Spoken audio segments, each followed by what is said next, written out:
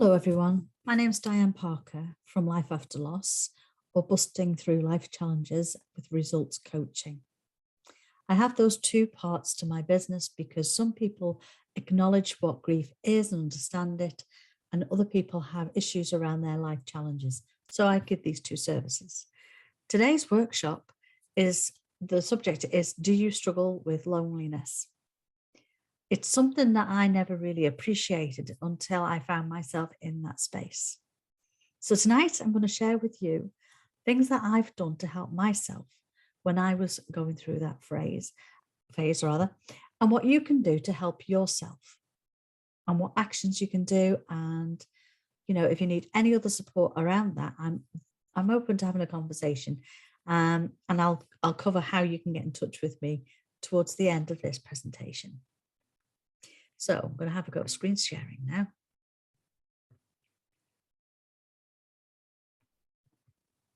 Alrighty, let's have a look. That's great. Okay. So, slideshow, there it is. There we go. Get there in the end.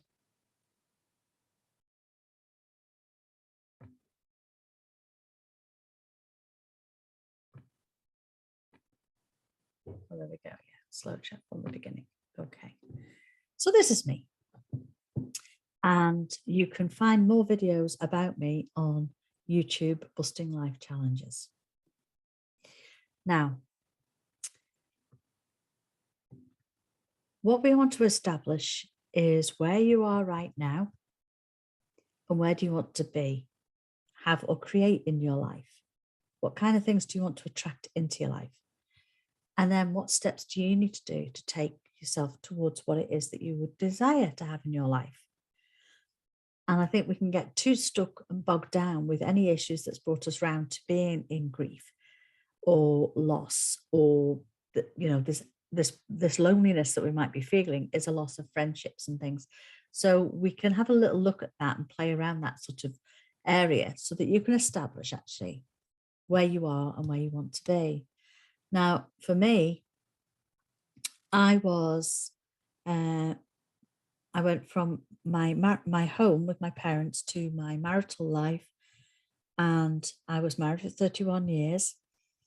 First element of loss around that was when my children left home, even though they only went down the road, and they were older when they did it at the time where most parents are trying to get them out of the house.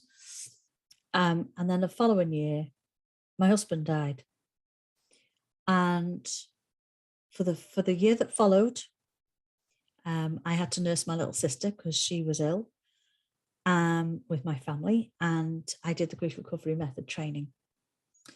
And then the following year after that, I decided to do a renovation project because my husband had wanted us to move into this building, and it never got sorted before he left. So I decided I was going to step up and do that. So then the natural effect of what we wanted to going forward could start to happen. And so that's what I did. So that was the following year after that. And then all of a sudden the project was finished. And I'm a few years now into my widowhood. And I thought to myself, oh my goodness, I'm lonely. All my friends are, they're around. And I know if I could pick up the phone and have a chat with them, but you don't tend to want to bother with, pestering your friends when they've got their own families and all the rest of it. And I really did feel like I was on my own, and I did not like it one bit. So I sat down and I thought to myself, well, what do I want to have in my life? What do I want to attract into my life? And so what I did was I decided I was going to start doing something for myself, which was swing dancing. And then I thought to myself, do you know something? At the time I was 55, and I thought I would actually like to attract somebody into my life. And I never thought that I would ever say that. But there's one thing for me, it had to be the right person. I didn't like being lonely, but I realized that it was better to be on my own than with the wrong person. So I sat about and I wrote out and scripted out the kind of person that I would like to attract into my life, and then I left it. They say set it and forget it. But then it left me, what was I going to do? So as I was sitting there, I was thinking, well, you know, I can't be the only person in this whole world, in the Isle of Man, who are I'm on my own or feeling like this. So I decided to set to, and I started a group called the Isle of Man Finding Friends Over 50. And sure enough, within a month, I had well over 50 people in the group, and it was climbing, and indeed is still climbing. We've got now about 470 odd people in that group. Most of them do meet individually or in small groups, and occasionally we come together for big events.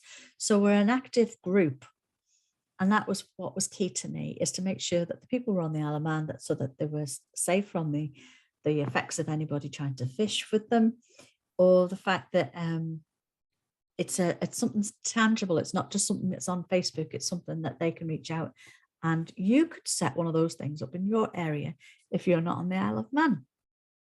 So those are the things I started to do to help myself when I was feeling lonely. So we started off with doing like coffee meetups, and then that escalated into what it is now. But unbeknown to me, at the same time as I was doing that, somebody was entering my life that is now my partner in life. So it's kind of like the steps I was taking to help myself out of the loneliness and attract other people into it was fine. Also, I found somebody for me. Now, I know there's a few other couples that have come out of this group, but that's not what the group's about. It's about friendships. It's about finding somebody that you can go out with for a meal or to the cinema, and have, connect with people that are in the same boat as yourself. So that's what I did for myself.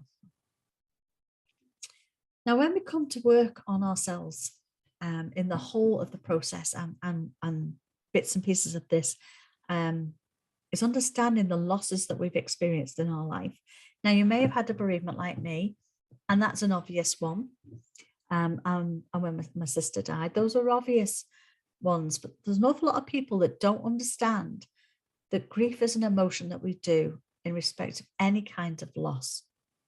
And it's just how attached we are to the loss as to how much we will actually grieve. If you think of it this way, you could perhaps have a very important appointment to go to, perhaps a doctor or a hospital appointment, and you can't find your car keys. And you search in the house and you start to get yourself really, really upset. That's a loss. You're experiencing grief. You're doing grieving in that moment of trying to find your keys. So it can be something as what you would probably just call yourself a bit off, to actually you were feeling quite upset the fact you couldn't find your keys, and you were actually grieving the loss of your keys. So the way I explain it to some people too is about if you've got somebody that you're talking about laughing, you don't start just rolling around laughing. Usually it's, oh, that's quite funny, or that's funny. Yeah, that's funny. Oh, that was so funny. Tell me that again. To rolling around laughing. We don't just do that part and the laughing, but we're all right to talk about happiness, joy, and bliss. But grief is generally something that people don't talk about. So when I work with clients, I talk to them in depth about the myths and beliefs around grief. And I'm not going to go into that with you here now, because this is just an overview of what you'll find on this course. The myths that we have, like time as a healer is one of the biggest myths going, okay? Because there is no amount of psychoanalyzing is going to help you when it's your heart that's been broken. And if you can think about your heart being, like in this metaphor, it's like a tire. So you have a puncture, you get out of the car, you sit there and you say to yourself, it's okay, the air will flow back into this tire, it will reinflate, and I will be on my way. Now, you know that's not going to happen. You know you need to take the tire off, you need to fix it, or replace it, and then pop it back on. And your heart is no different. We need to do the work on releasing the pain that you're carrying in your heart for the person that you've lost, so that you can start to learn to live again.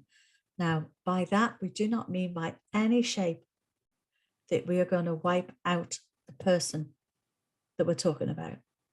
It's not like that. I would not have done it myself if that was the case. The pain that I was carrying was like a knife that was stabbing in my chest. And it was stopping me from functioning as a person, being the person I know I am.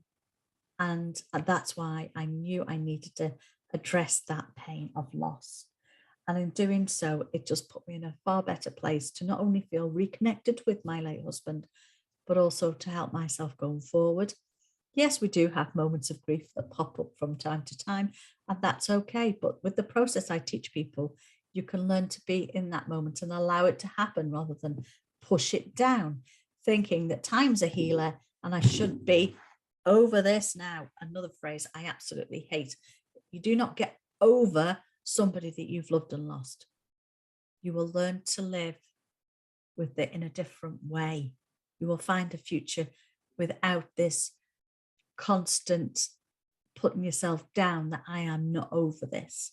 Why would you ever be over somebody that you were in love with and are in love with to a degree? Unfortunately, your heart is big enough to allow so many other things into it. So be kind to yourself first and foremost. And whenever you catch yourself saying, I should be, stop shitting all over yourself. You should not be putting that pressure on yourself. Please don't put that pressure on yourself. Okay? Speak to somebody. If it's a long-term issue that we're talking about here, please do talk to somebody about it. Unresolved grief is one of the biggest destroyers of life. And that if time was such a healer, how come I've got clients who have been dealing with grief over 30 odd years and they haven't dealt with it? Okay, so where it can come a little bit confusing is when you start comparing. Perhaps you lost a grandparent, they were elderly, and over a period of time, because there was acceptance, perhaps you even got a chance to say goodbye to them. There was this acceptance that they were old and they were going, that, you know, they were going to die because perhaps they had something wrong with them. You were sad at the time, but over what we call time, that pain eased because you'd already done the work for yourself. But when it's something that's been a shock, somebody, I mean, my husband had an illness for 20 years. I always look back and think, well, I had 20 years longer with him than I thought, but it was still heart-wrenchingly upsetting when he actually did die. So the fact that there was years of, and sometimes there's an element of pre-grieving in that too, because there would be times when we would worry about him dying, usually more so at the start of the journey. But as we learned to live with it, we changed our mindset about how we were living with it. So I hope that helps you. And that's something that I go into in great detail with you, is the myths and beliefs around grief. The ones that you've been taught by other people, parents or grandparents, that's generally what you've observed. It's not generally a conversation that people have. And there's so many important aspects to that as to why you should listen to children, for example, when they've lost their pet hamster. Because if you can sit down and actually have that conversation with them about their feelings and emotions about their little friend that they've lost. Okay, to you, it's just a hamster, but to them, that was a friend. It was a friendship and it's ended. So what normally happens is a parent will run out and get another hamster. And that's replacing a loss. So what happens then is further on down the road, they experience a loss, another kind of loss, and they'll go out and they'll start looking for something to come in and replace that loss. They will look for something physical. So it can be in relationships whereby they're going to find they're not happy with the boyfriend or girlfriend they've got now, and they'll go and instantly get another one afterwards because they don't like being on their own. They don't like that feeling of loneliness in between. Or sometimes, as I'm sure you know, they'll go out and find somebody before they've even said goodbye to the relationship they're in, because they don't want to have to process the grief that they're feeling. So this is where unresolved grief or not understanding grief can have quite an effect on all of your life. So I go into that in a lot of detail over many weeks when I'm dealing with my clients. So the question we have to ask you today is, well, where are you in your life right now? What has brought you to this point? Okay, so that's a question for you to sit and think about. You might have the answer straight away, or it might be that it's, if it was a long-term loss and it's just piled up that you haven't got yourself out, there's a fear there.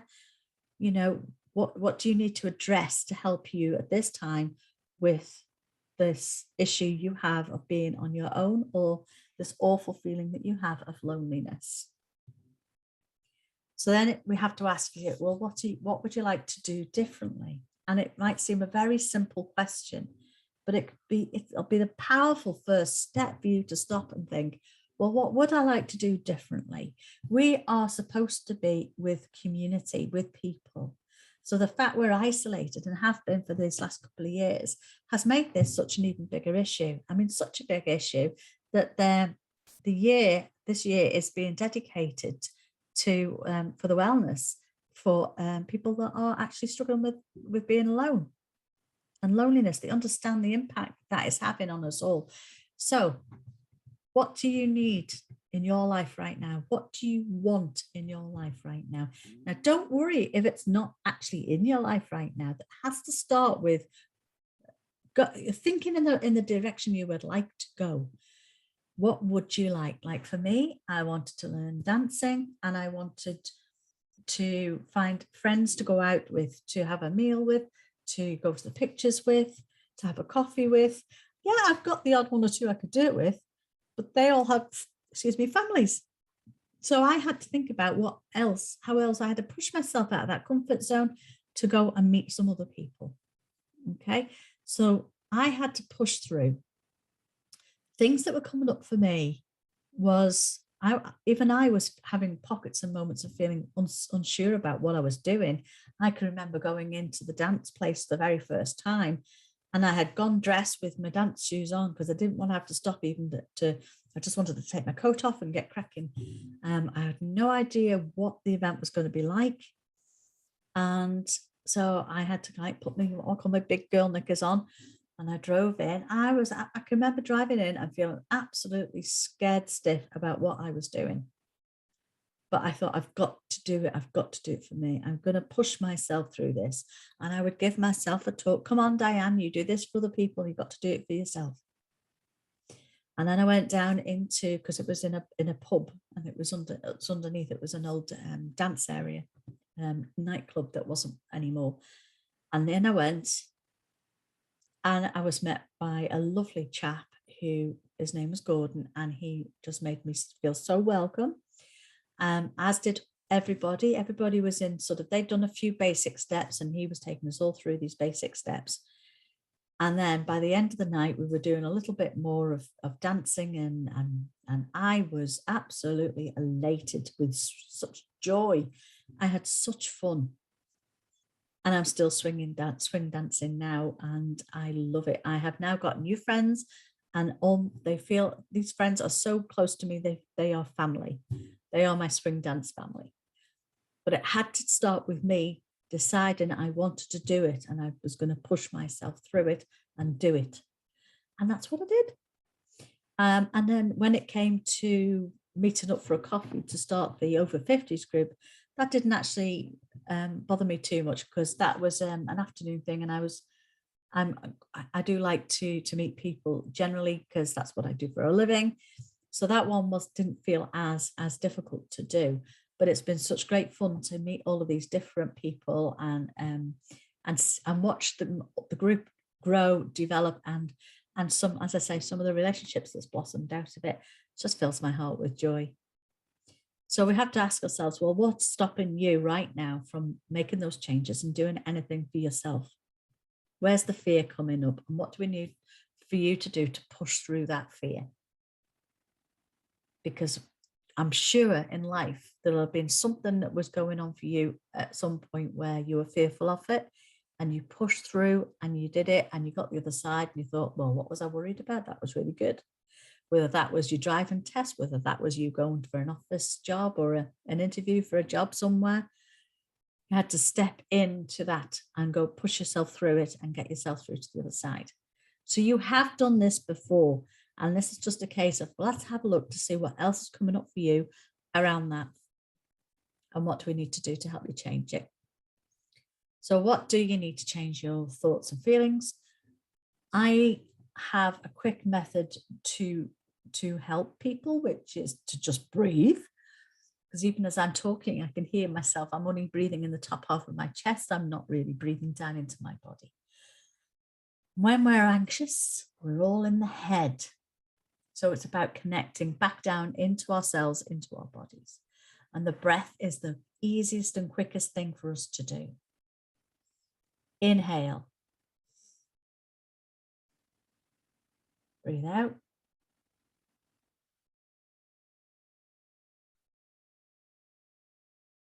Again, in. Breathe out. Breathe in.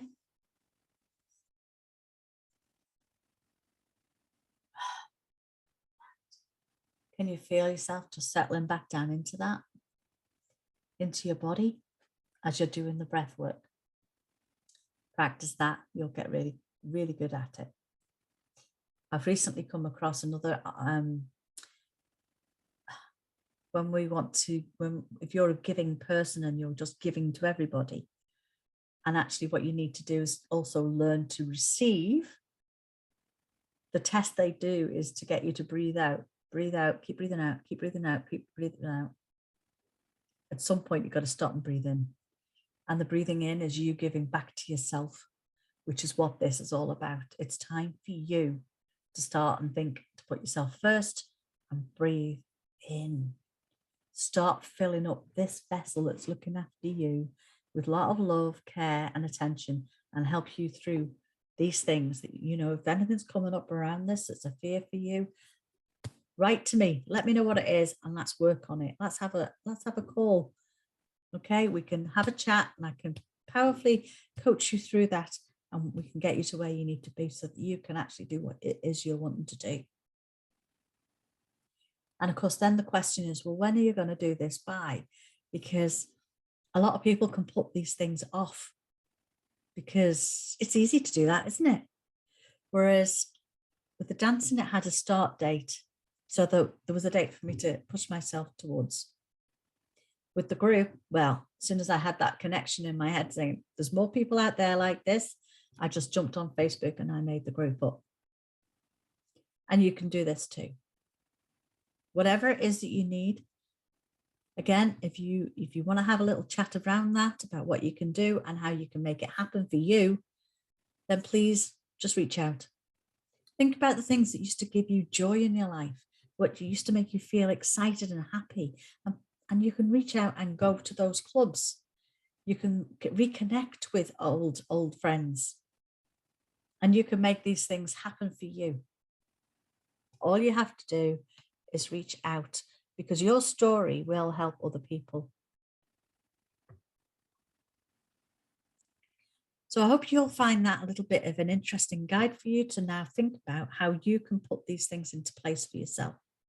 And if you've got any problems with any of it and you want to have a little chat, then please do get in touch. Diane@lifeafterlossiom.com, and I'll jump on a call with you. Until I see you again, take good care. Bye.